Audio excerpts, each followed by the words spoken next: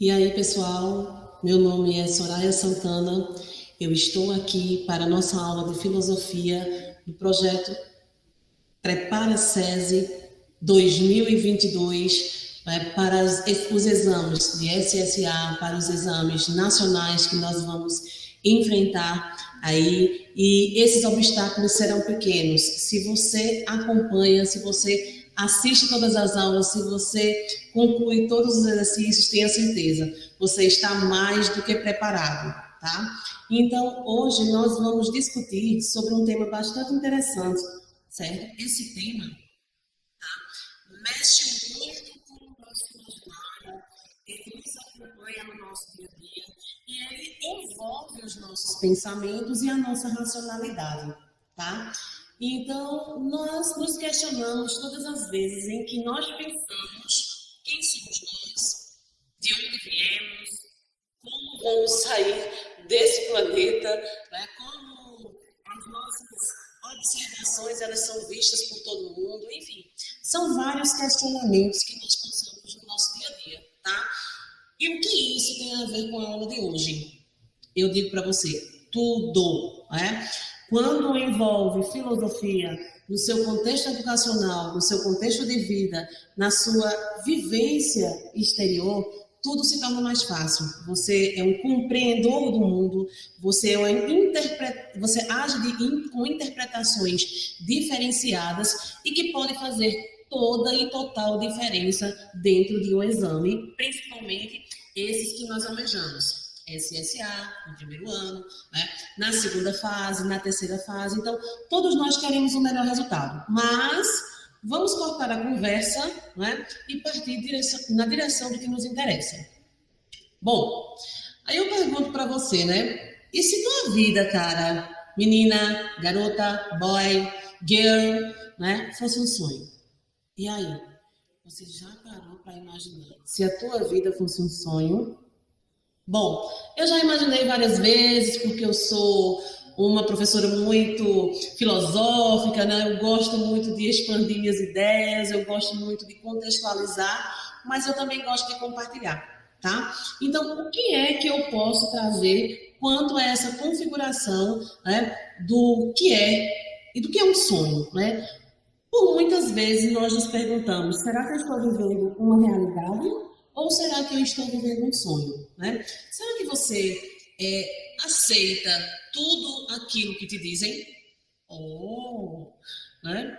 Será que você é aquele sujeito crítico? Será que você é aquele sujeito que pergunta o porquê que eu vou fazer isso?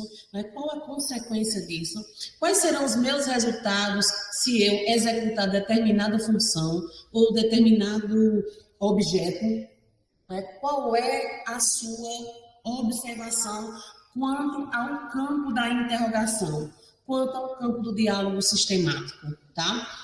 Bom, já que nós estamos aqui, já que eu estou aqui também, vamos aprender mais um pouco sobre, tá certo? Então, o nosso primeiro pensamento aí, a nossa primeira degustação, né, de filosofia nessa aula comigo, vai ser tratar do pensamento mítico. Né?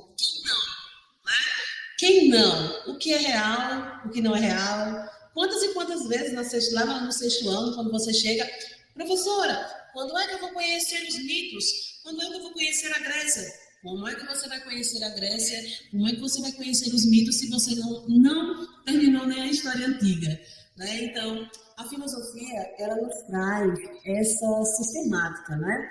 Ela permeia pela história, ela nos conta como aqueles homens viviam, como foi que aqueles homens evoluíram e como foi que a sistematização de uma civilização ela pode dar certo ou não, né? Então, por muitas vezes, né, eu já ouvi alguns pensamentos aí, essa humanidade não deu certo. Acho que Deus errou ali no sal, Deus errou no tempero, mas não é isso não, gente, tá? Isso também faz parte de um tipo de conhecimento, né, que é um conhecimento teológico, e também o conhecimento religioso, né? Mas nós estamos dando certo sim. Nós somos ciência, nós somos educação, nós somos economia, né? Nós somos tudo aquilo que a humanidade e que a sociedade precisa para viver. Basta nos ajustarmos. Então, Dentro da questão do pensamento mítico, né, nós vamos primeiro observar, né, a questão das crenças. A questão das crenças, elas são muito interessantes para o nosso ponto de vista, né? E o que é a crença, né? Em que modo operante a crença ela atua diante de nós, tá? Observando aqui o material em que você está vendo aí em casa junto comigo, tá? Eu coloquei o seguinte aí, né? O que é crença, né? Por excelência própria, sabemos como são aplicadas as discussões sobre futebol, política, religião. Não. Quem não entrou em algum #conflito, né? Diante de algumas dessas discussões, né? Do ponto de vista religioso, né? Também há muitas discussões, tá? Mas isso é interessante. Isso é muito importante para o seu crescimento e para o seu conhecimento.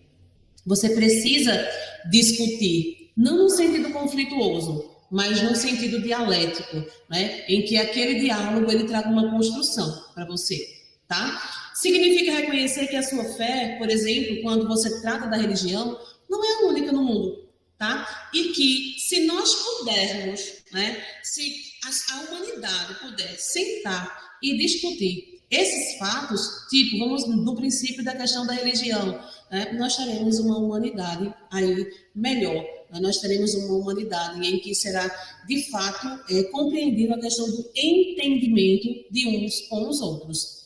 Compreende o que eu estou falando? Então, quando eu sento numa roda de conversa em que eu escuto a opinião do outro, que o outro escuta a minha opinião, eu terei sim a complexidade e eu tenho a construção e normalmente a construção de um mundo melhor para mim, um mundo da compreensão do que eu estou vivendo, ok? Vamos lá. Mas partindo do princípio, né? Para você, o que é crença? Né? Eu coloquei ali um memezinho, né? Falou alguma coisa? Bom, eu já falei antes, né? Anteriormente eu já falei. Mas será que você compreendeu realmente o que eu falei? Será que lá atrás, aqui onde pulsa as nossas inquietações, tá? Você não deixou a inquietação falar mais alto e disse, essa mulher tá louca, essa mulher não sabe de nada, essa mulher tá só aí, blá, blá, blá, blá, blá, blá, blá, blá.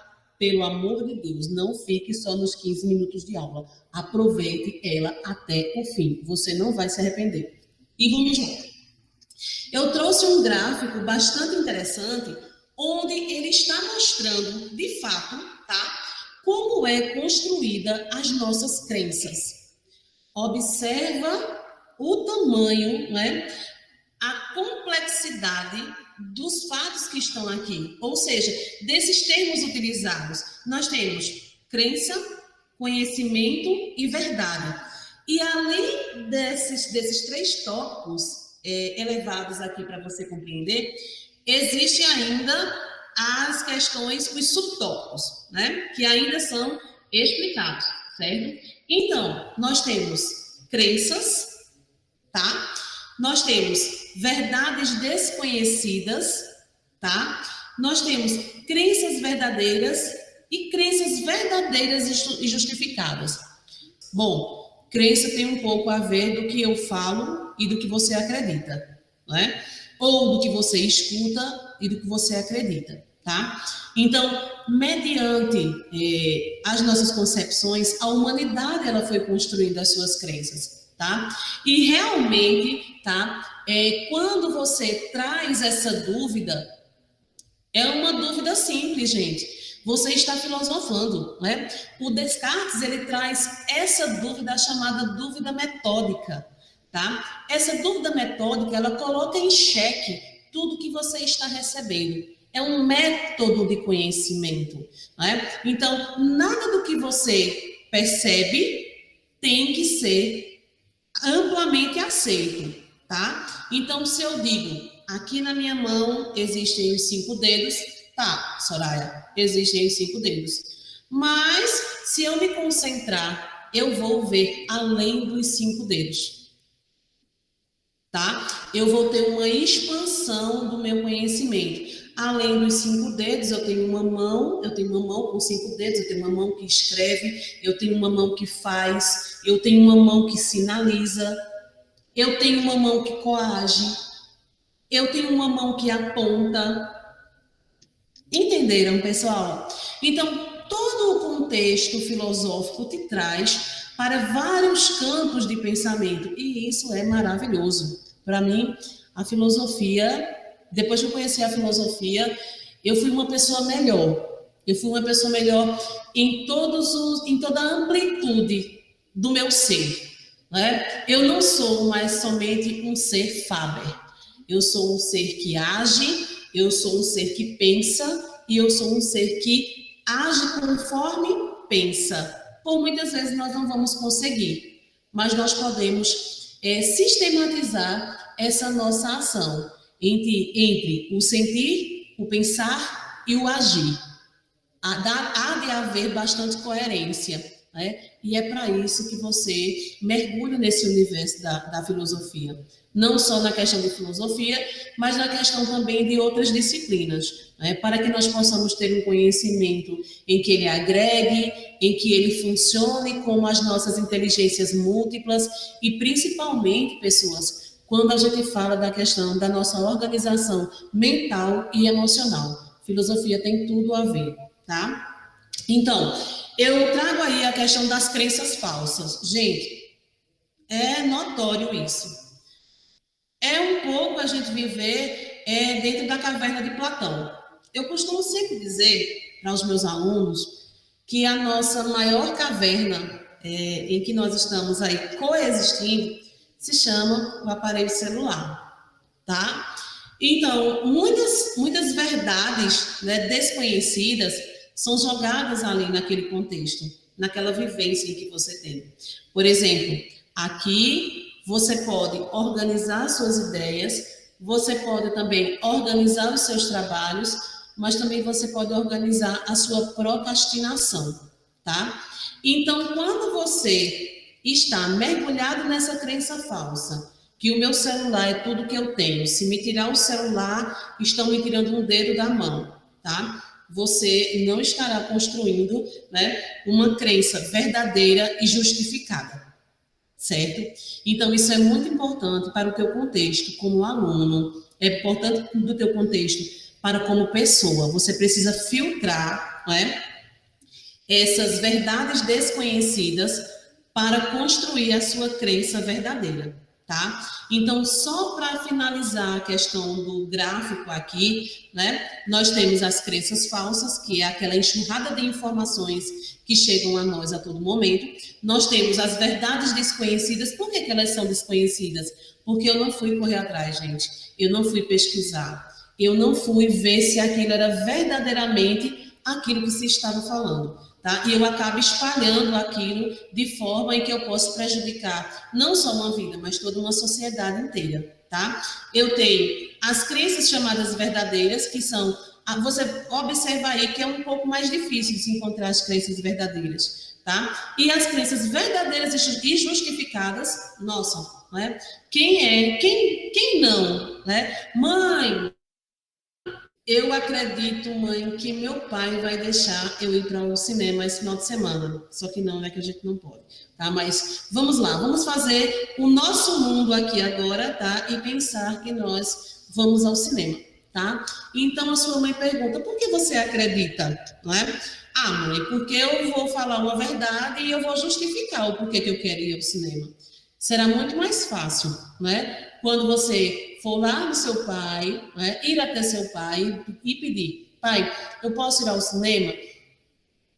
E o pai pensar, olha, só te falar uma coisa, pai, esse final de semana, aliás, não vamos pedir tão previamente não, né? Vamos pedir daqui a uma semana. Na semana que vem, todos os meus colegas combinaram de assistir um lançamento de um filme. E esse filme, pai, é muito legal. Tem uma história, um contexto, uma narrativa fantástica e que eu estou super afim de assistir, tá? Inclusive, pai, eu já até economizei um pouquinho daquele dinheiro que o senhor me passou, né? Aquele dinheiro que o senhor me deu, tá? Para já nem pedir, sabendo das situações, né, financeiras que estão muito apertadas para todo mundo, não só para nossa casa, mas para todo mundo.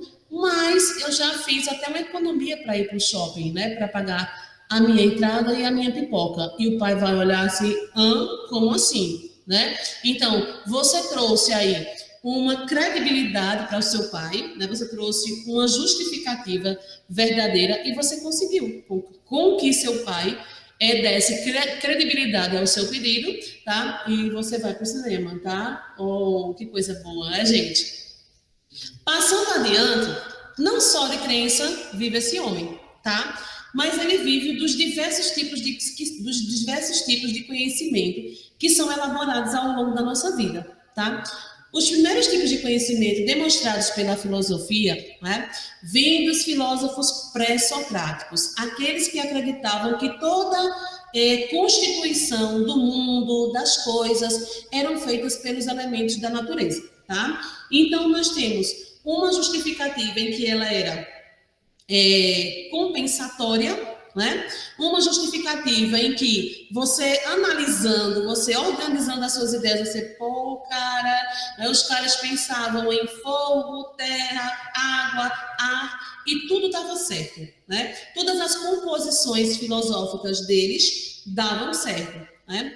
Só que vem os caras lá, né, depois deles, né, e vão organizar a ideia de uma forma racional.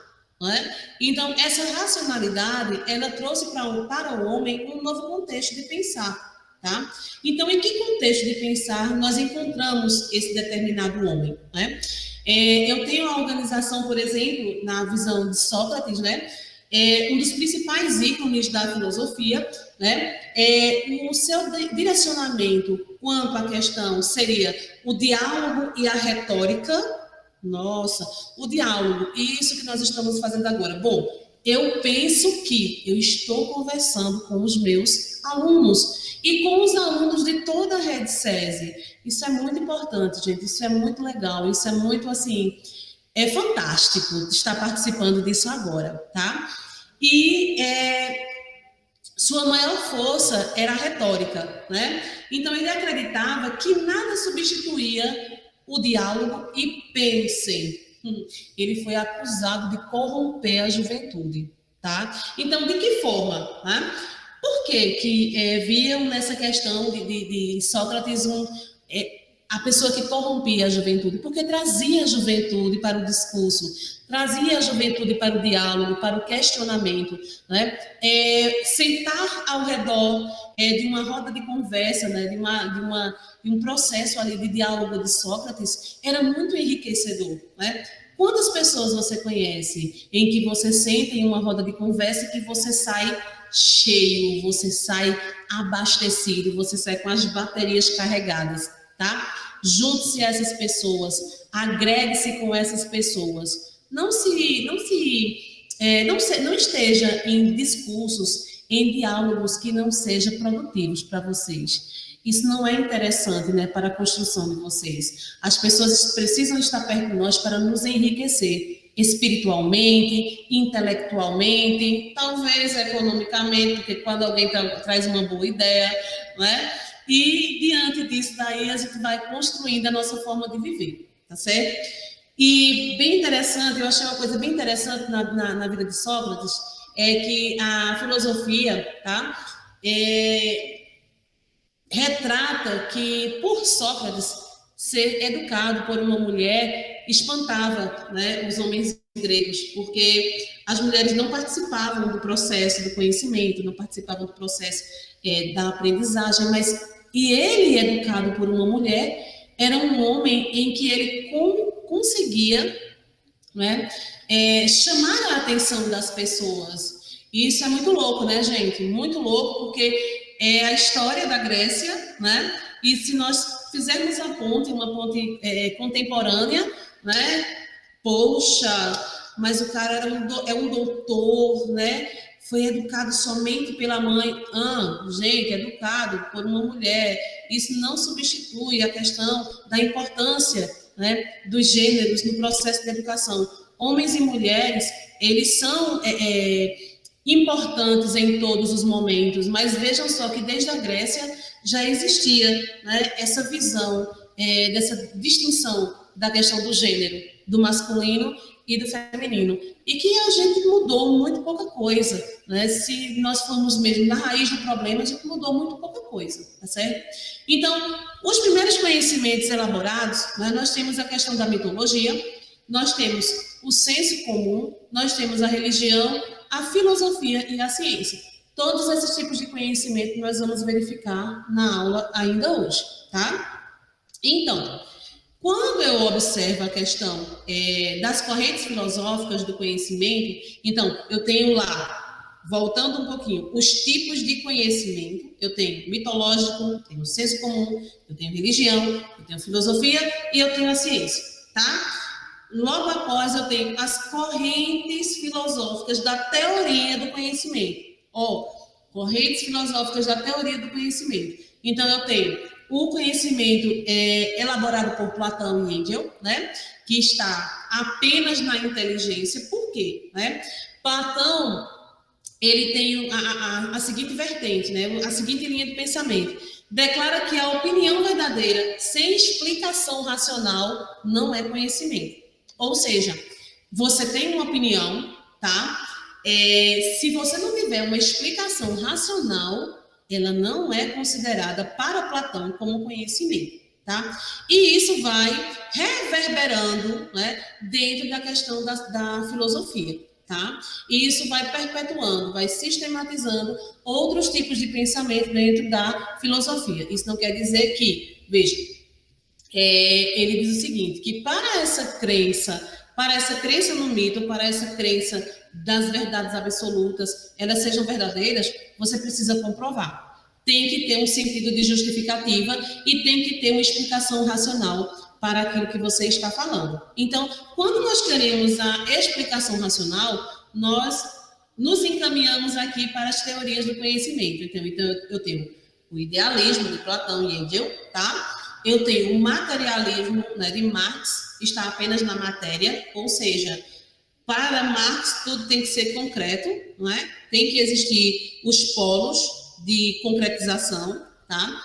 Para o empirismo, não é? Que Luke fala depois, no caso na aula 2 ou na aula 3, a gente vai observar a questão, a visão de Luke, não é? Que se inicia com as experiências do sentido, então é chamado aquele conhecimento empírico, ou seja, aquele conhecimento em que eu tenho a base da experiência, eu tenho a bagagem aqui nas minhas costas, tá? E tudo que eu trago, né? Eu digo para os meus alunos o seguinte: metade de mim sou eu e a outra metade sou eu filosoficamente, sociologicamente, historicamente falando, tá? Porque em tudo eu consigo organizar um pensamento das ciências humanas na minha vida. Então, nada é por acaso e tudo tem um propósito, tá?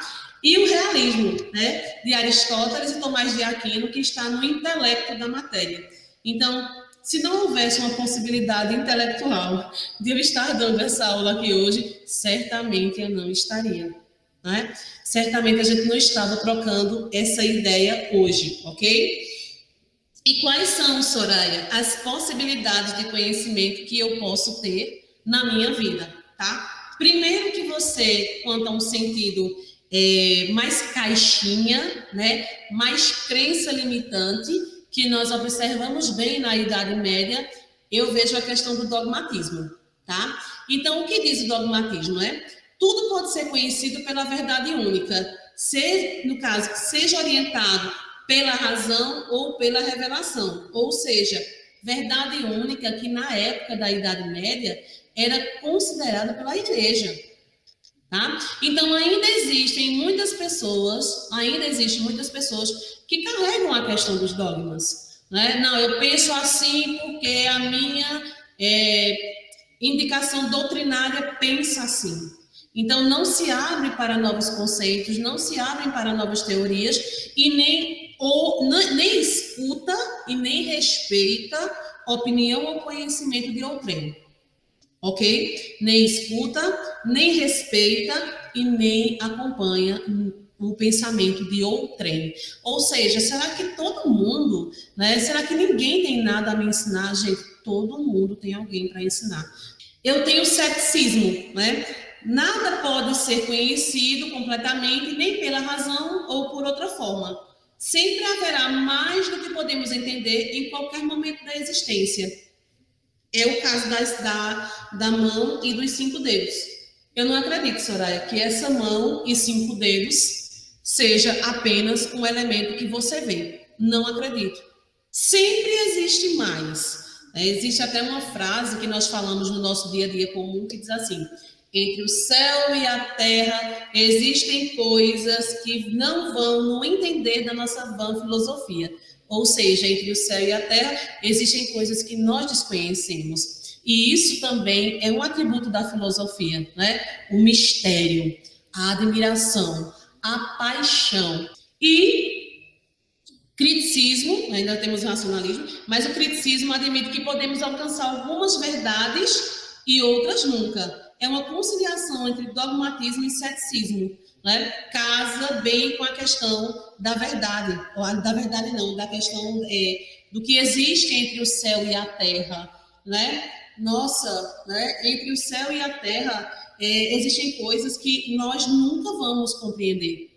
Então, são essas concepções, tá, que nos fazem dizer: eu só sei que nada sei. Eu pensei que eu sabia de tudo, mas eu me coloco diante da minha humildade filosófica e vou tentando aprender todos os dias da minha vida, tá?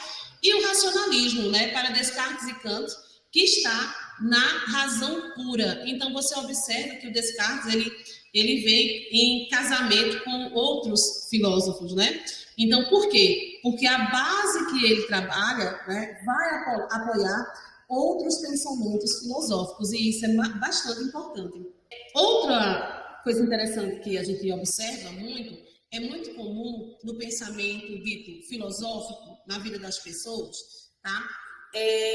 Que existem 2 tipos de pensamentos que eles são muito fortes dentro da crença, né? A religião e o mito, né?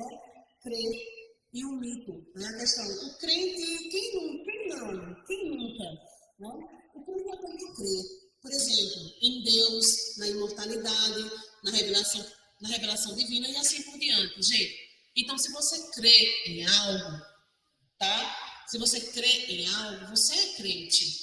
Crente é aquele que acredita, né? E o mito, né? É a forma mais remota de crença, ou seja, nem todas as pessoas acreditam no mito, né? Mas por que ele passa a ser considerado? Veja, analisando o processo histórico, nós temos as tribos, né? Se você viajar para o continente africano, se você viajar para o continente asiático, você vai encontrar os mitos daqueles locais, né? Então, ele vai constituir ali uma história de poder que é relativa à vivência daquele povo, certo? É uma forma remota, por quê? É claro que dentro de uma cultura ocidental, tá? Eu vou ter as minhas crenças, eu vou ter aquilo que acredito. Por exemplo, nós, enquanto pessoas, aqui no Brasil, nós temos as chamadas lendas, nós temos as nossas crenças, nós temos os também chamados nossos mitos, né? Quem não esteve em uma casa de campo, ou a chamada roça velha do meu avô, né? E esteve lá eita, né? Não assovia não, por favor, por quê? Né? Porque Maria Fulozinha pode aparecer, né? Então, veja só, tudo aquilo que ele acreditava, né? E que estava ali favorecido pelo ambiente. Então, é justamente isso que acontece. Vamos prestar atenção aqui nesse slide. Ele diz assim, mas e as lendas? O mito é uma lenda, né? Aí eu coloquei aqui, ó. O mito vive enquanto serve para uma compreensão de mundo em uma comunidade, não é lenda. Ó, compreensão de mundo em uma comunidade. Eu posso chegar na aldeia indígena e dizer que o mito que eles acreditam é verdade? Não, porque faz parte da compreensão daquela comunidade. Eu posso chegar na Índia e falar que alguma coisa lá, a vaca que eles não comem, que é sagrado, não sei o quê. É um mito, uma lenda? Não, eu não posso dizer, porque faz parte da cultura daquele povo. Aí ele diz o seguinte, essa verdade é sustentada pela crença. O mito expressa o que desejamos ou tememos e representa como somos, atraídos por ela. O mito opera no mistério,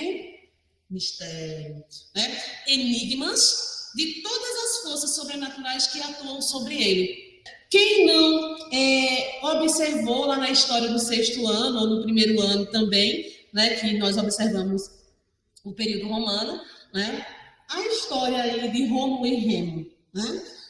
Quem não observou a questão da Medusa na mitologia grega, né? Quem não vivenciou aí no Halloween a questão do Drácula, né? Ou a questão também do Cavaleiro Sem Cabeça, tá? E numa história mais contemporânea, né? Quem nunca comparou alguma personalidade aí a um Robin Hood, né? Então, e quem nunca questionou, né? Por que Robin Hood roubava, né? Então, são mitos de sustentação de uma sociedade, de um determinado povo, de uma determinada história. Então, como é que você observa a questão do mito hoje, né? Em que narrativa você traria um mito hoje, né? E como a filosofia, né, o pensamento filosófico te faz raciocinar sobre essas determinadas questões? Isso é bastante importante.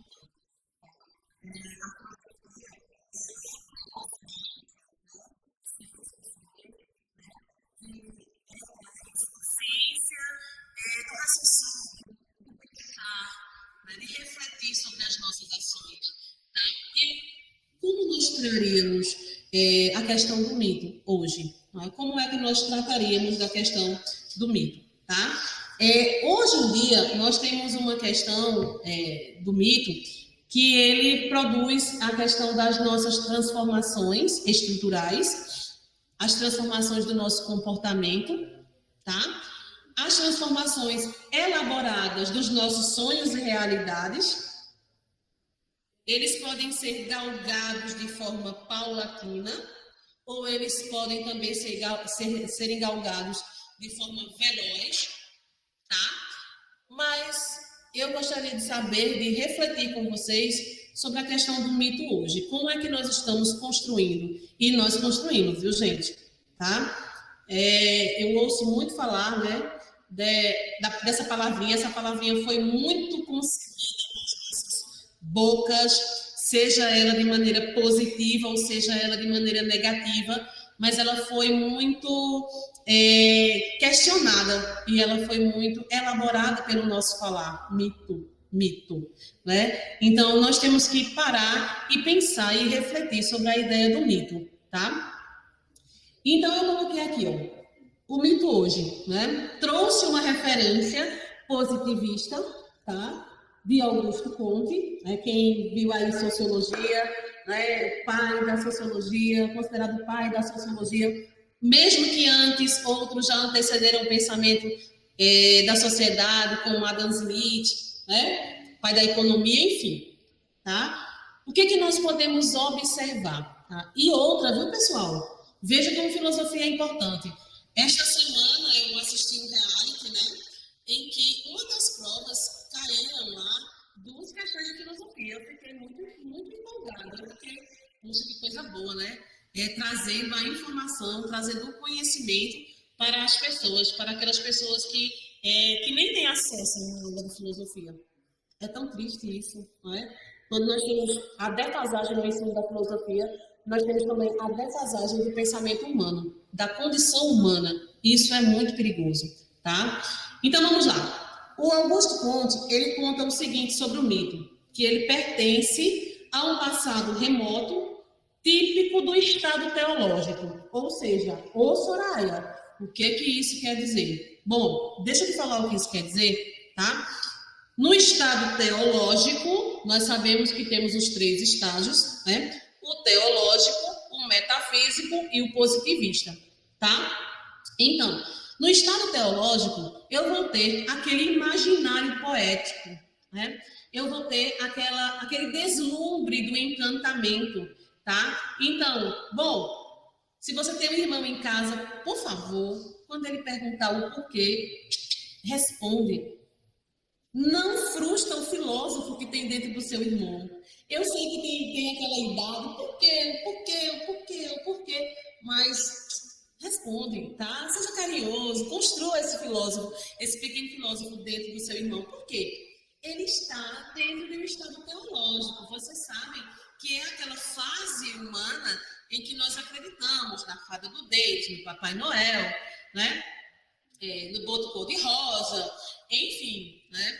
E depois, gente, quando a gente passa lá para o estado metafísico, que nós desencantamos com o mundo, é tão traiçoeiro isso para a gente, né? Nós perdemos essa essência teológica de acreditar em tudo que é colocado para nós, tá? Então ele diz o seguinte, mas permanece, né? Ele permanece na raiz da inteligibilidade humana, ou seja, mesmo com todo o conhecimento que tu tens, mas ele permanece aqui. Você ainda fica alimentando, né? Poxa, o martelo de Thor. Já pensou aquela cabeça de Medusa cheia de cobras, né? Já pensou eu lutando com um minotauro para sair do labirinto, né? Mas ele ainda continua aqui no seu racional. Ele tem uma explicação racional e você gosta. Ele está no processo de inteligência sua, tá? Porque quando você consegue explicar o mito e a racionalidade dentro da filosofia, você olha. As pessoas te aplaudem de pé, as pessoas começam a te olhar com bastante segurança. O que você traz é um diálogo que traz uma verdade justificada e as pessoas começam a ter credibilidade na sua palavra. E isso serve também para o que você escreve, tá? A filosofia te ajuda a fazer isso. Então, eu coloquei aqui que no imaginário das pessoas, por figuras mitificadas, com a ajuda da mídia, quem não é? Quem de vocês aí é um youtuber, né? E que tem medo de ser cancelado? Ou que deseja ser exaltado? Né? O que você faz para chamar a atenção dos seus seguidores? Tá? Então, as pessoas, elas configuram muitas vezes, né? E esses mitos, eles são fabricados com uma multiplicidade que, quando você olha assim, nossa, youtuber fulano, que é esse? Ah, ele tem milhões de seguidores. Ah, youtuber fulano, ele tem 2 milhões de seguidores. Enfim, eles são previamente, multiplicadamente fabricados, mas também, né, alguns se tornam, assim, lendas. Mas por quê? Aí eu trago a configuração. Eu vou trazer uma configuração que eu admiro bastante. Ayrton Senna, tá? Por que Ayrton Senna? Por que eu justifico a crença de que é um mito para o povo brasileiro? Porque você analisando o contexto histórico, a narrativa, a vivência, né, essa relação com a sociedade, você podia observar que o Ayrton Senna, ele era um grande exemplo de cidadão, de desportista, né, de piloto, ético, né? E como seria Ayrton Senna hoje para a nossa sociedade? Né? Será que ele seria um dos heróis, um dos jogadores esquecidos, né, pela nossa sociedade?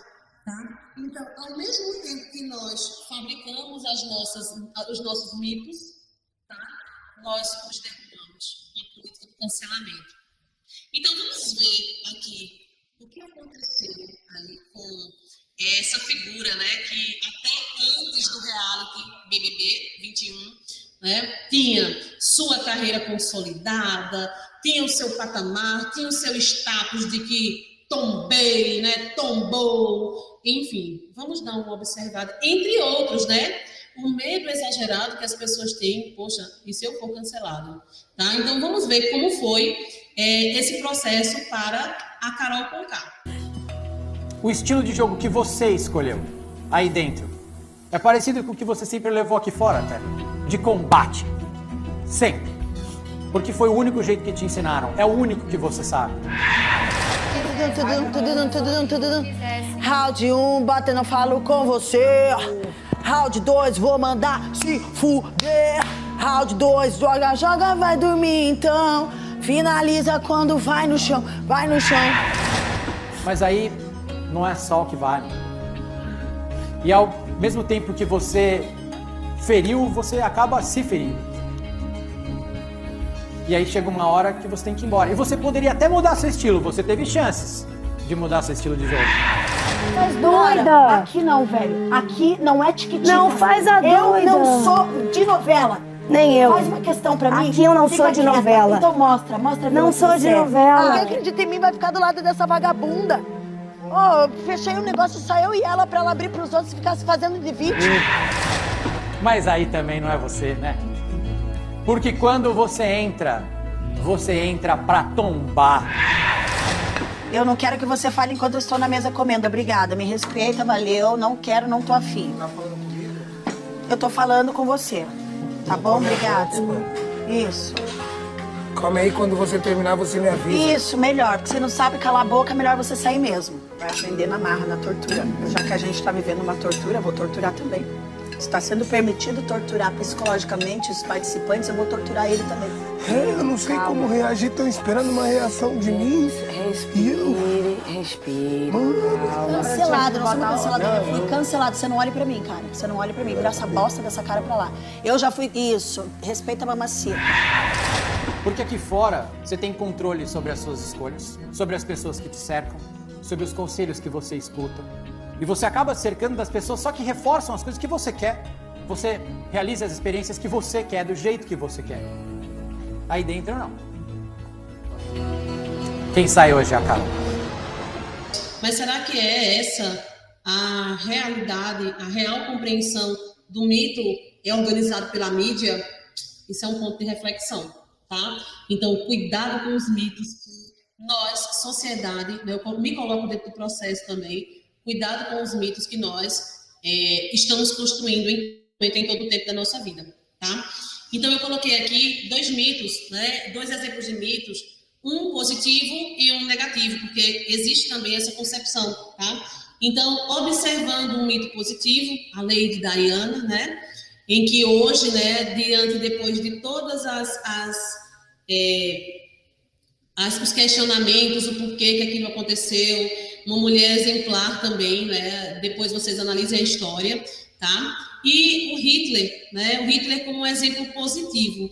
Positivo não, gente, desculpa. Negativo. Então, quando o Hitler é colocado como um exemplo negativo, por que ainda, né? Sabendo das construções, sabendo do contexto histórico, né? Sabendo do contexto elaborado pelas 2 figuras, a Lady Di e o Hitler, né? Porque ainda se perpetuam os sentimentos por essas pessoas, os sentimentos de admiração por essa pessoa.